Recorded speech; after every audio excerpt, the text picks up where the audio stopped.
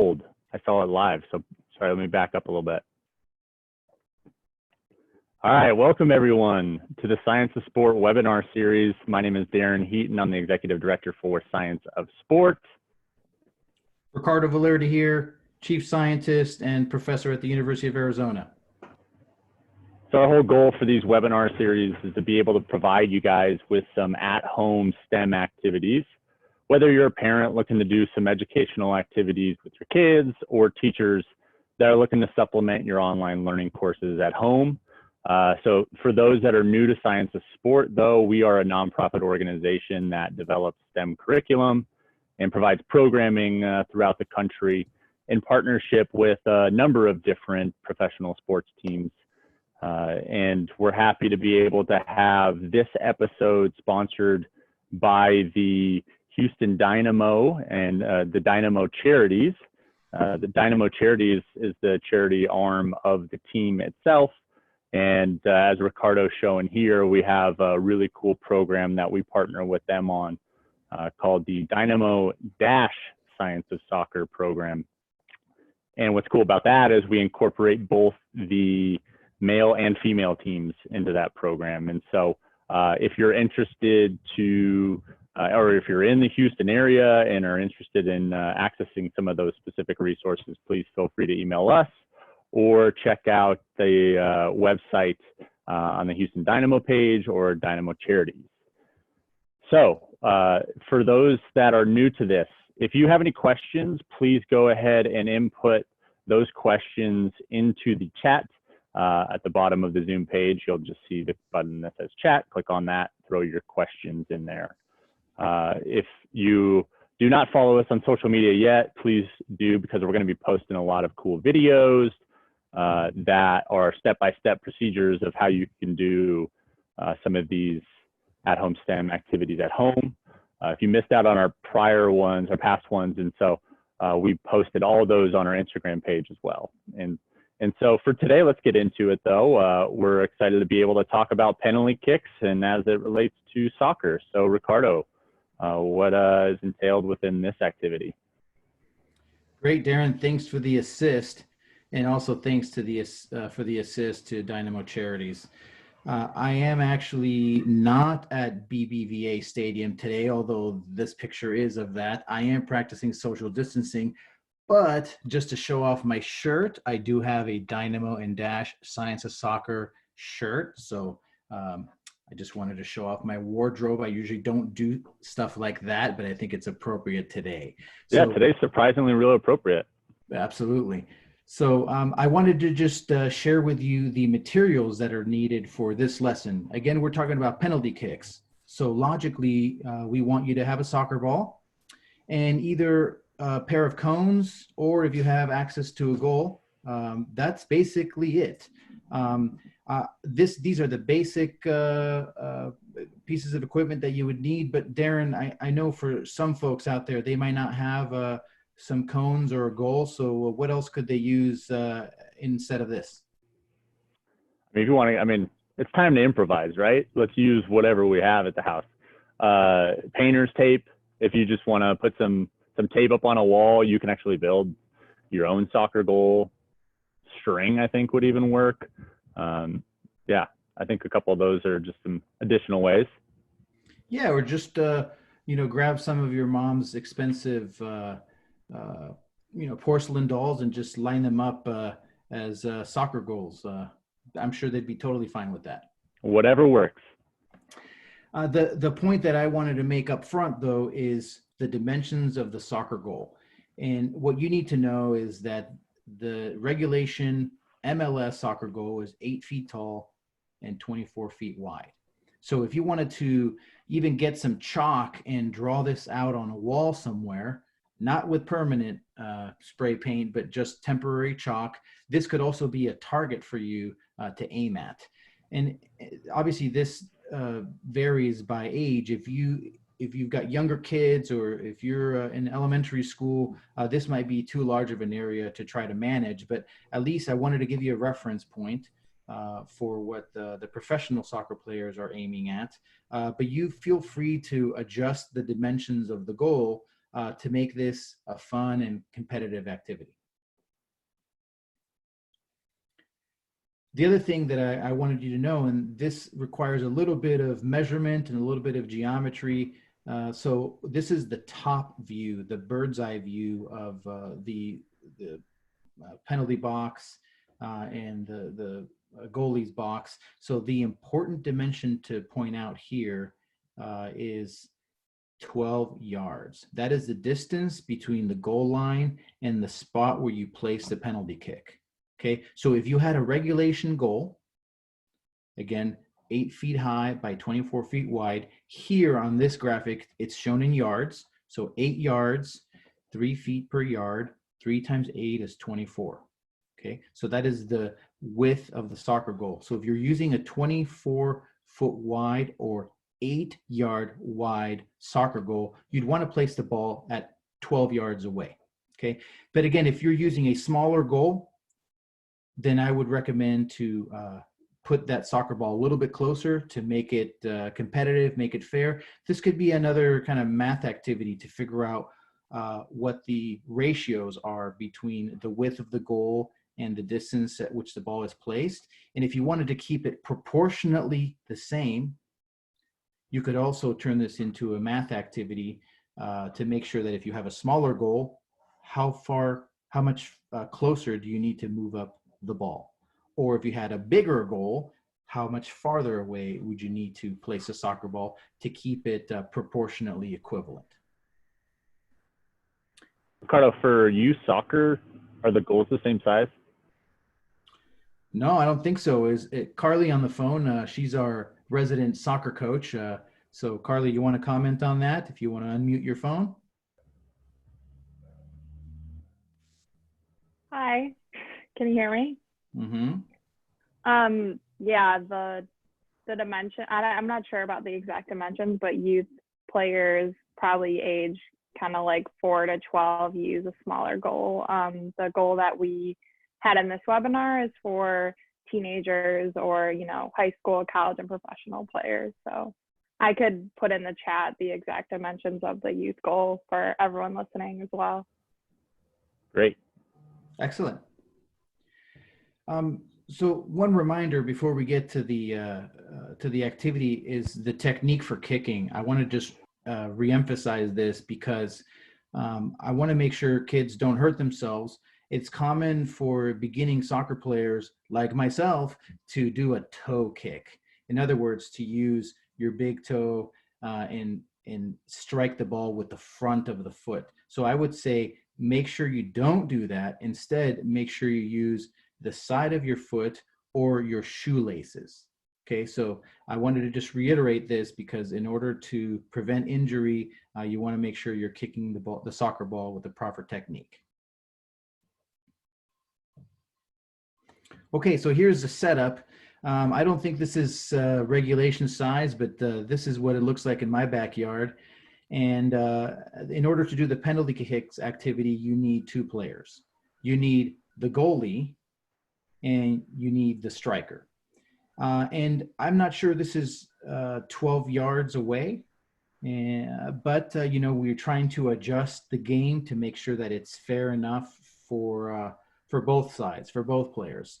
We want to make it challenging for the goalie, but we also want to make it challenging for the striker.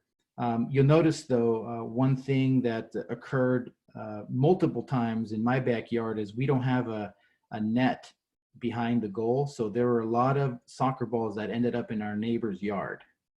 So just watch out for that. Fortunately, we know the neighbor pretty well, but that wasted a lot of time for us. So make sure you can plan accordingly to have some sort of backstop or some sort of net behind you because some of the soccer balls are going to sail if you kick the ball in the low part of the ball that's going to go straight up.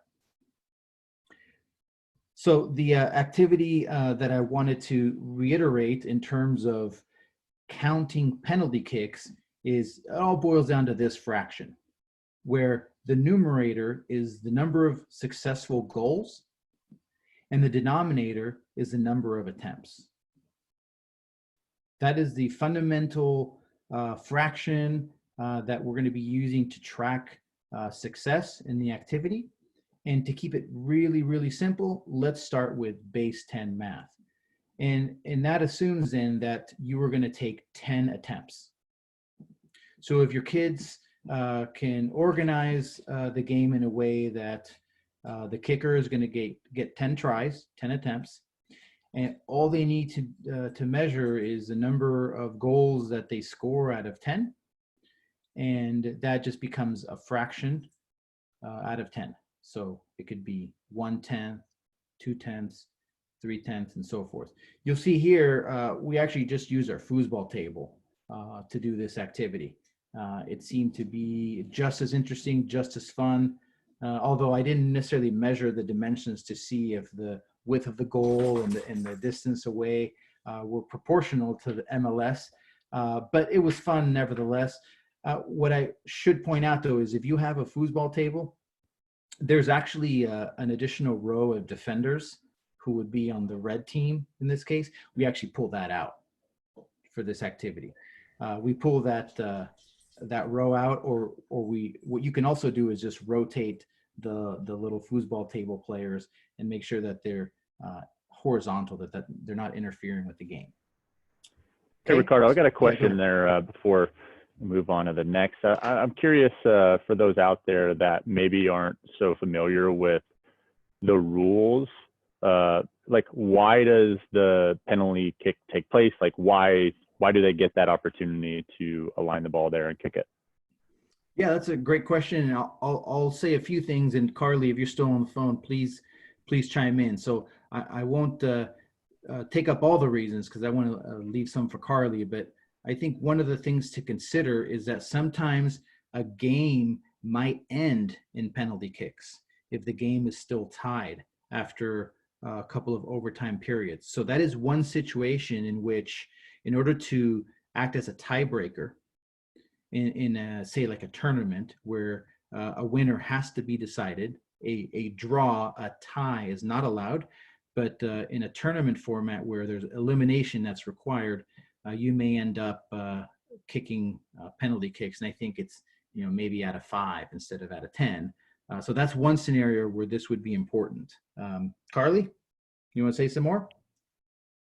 Yeah, during a soccer game, if there is a foul in the box, so if you go back to the image that Ricardo sent, the 18-yard box, the big box where the goalie is, if there's a foul, yeah, right there. If there's a foul within that box, the opposing team is awarded a penalty kick during the game. So that's the other reason why the penalty kick is awarded if that happens. How about a handball, Carly?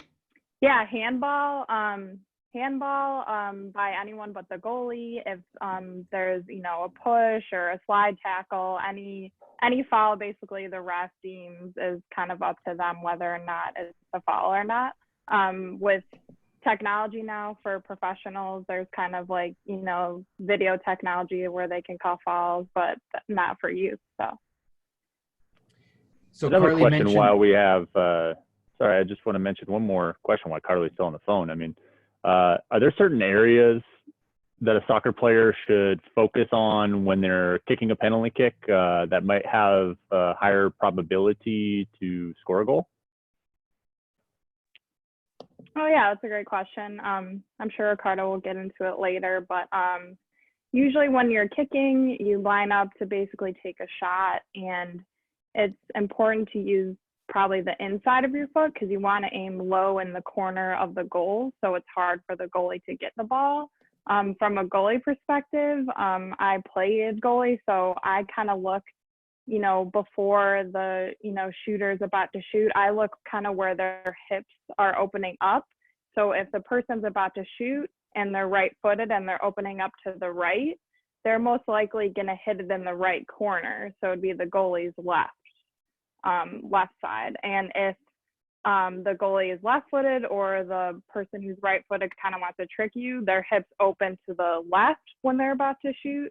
So they would hit to their left and the goalie's right, if that makes sense. So I kind of look for their hips to see where it's best, but it's best to aim in the low corner because it's kind of hard for goalies to get those. And you'll see if you watch soccer games, youth or professional or high school or whatever level, goalies kind of tend to pick a side and kind of guess based on kind of where they think the ball's going to go. But that's kind of just like an insider info. So I kind of look for the hips. I don't know if Ricardo wants to add anything to that, but I usually use the inside, or I can use your laces too if you want to hit it in the air.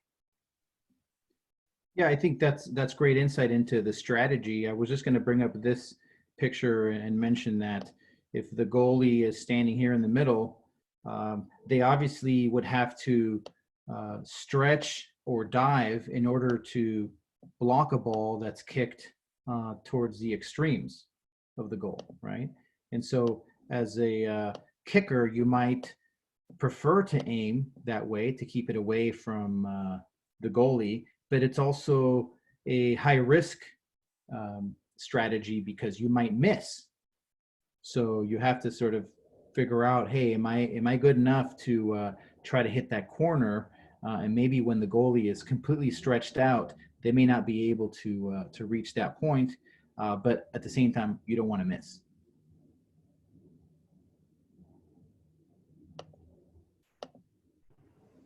One of the cool things about our partnership with the Houston Dynamo, they really get their players involved. And one of the players filmed a video where we asked them some questions about their experience with penalty kicks and kind of their mechanics that they've used. And Darwin Quintero filmed a cool video, and we'll be posting that on our social media later in the day, so you guys can check out what he has to say about penalty kicks too.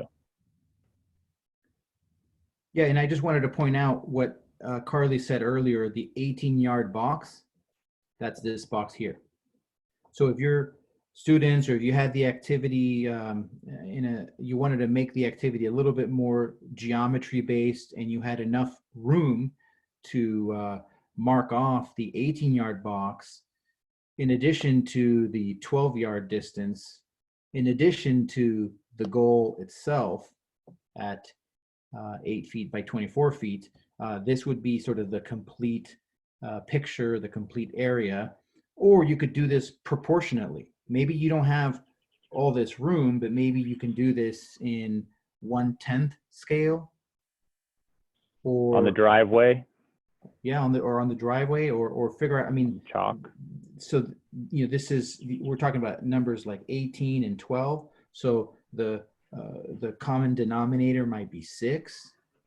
It might be 2 that you work with.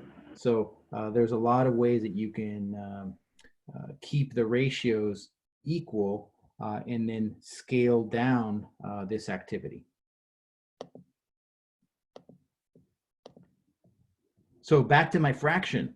I was mentioning the fundamental equation here that's important for this lesson. Goals in the numerator, this would be successful goals in the numerator, and then number of attempts in the denominator. And in a very simple way, and as a simple place to start, we're recommending just base 10 math. So the denominator being 10 attempts, and then the numerator just being the number of goals scored. And depending on the age of your students and whatever standards might be appropriate, the calculation of the decimals or the percentage that corresponds to that fraction would be a good extension. Not to mention also the fact that you can change around the denominator for future activities. Instead of this being base 10 math, maybe the number of attempts is 7 or 8 or 9, and those could be your denominators. And so that could result in not just different fractions, but also calculations of different decimals and different percentages. So it's sort of tailorable to different age groups, different environments. Beyond that, if you did this multiple times, the students could also begin to calculate averages of penalty kicks. They could begin to calculate standard deviation or min and max, plot this on a number line, create bar charts, do a lot of things with real data data that they're creating themselves based on this activity.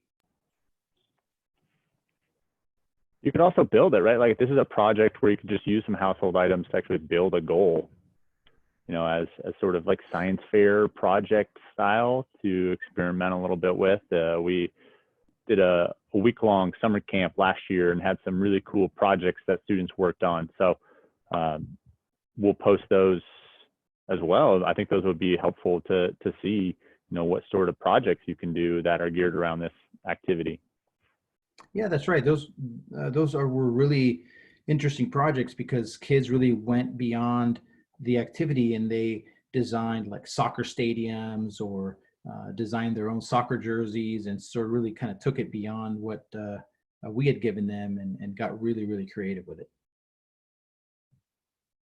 So we hope that this was instructive, at least to create a very simple lesson, a very simple hands-on activity, and really make clear connections to math, specifically percentages, fractions, and decimals, but also geometry, measuring things, looking at ratios, looking at areas, and understanding that the game is played with certain rules, and knowing what those rules are and connecting it to what they're learning in school makes it really solid, makes it really fun, and you're improving your math skills, but also your soccer IQ.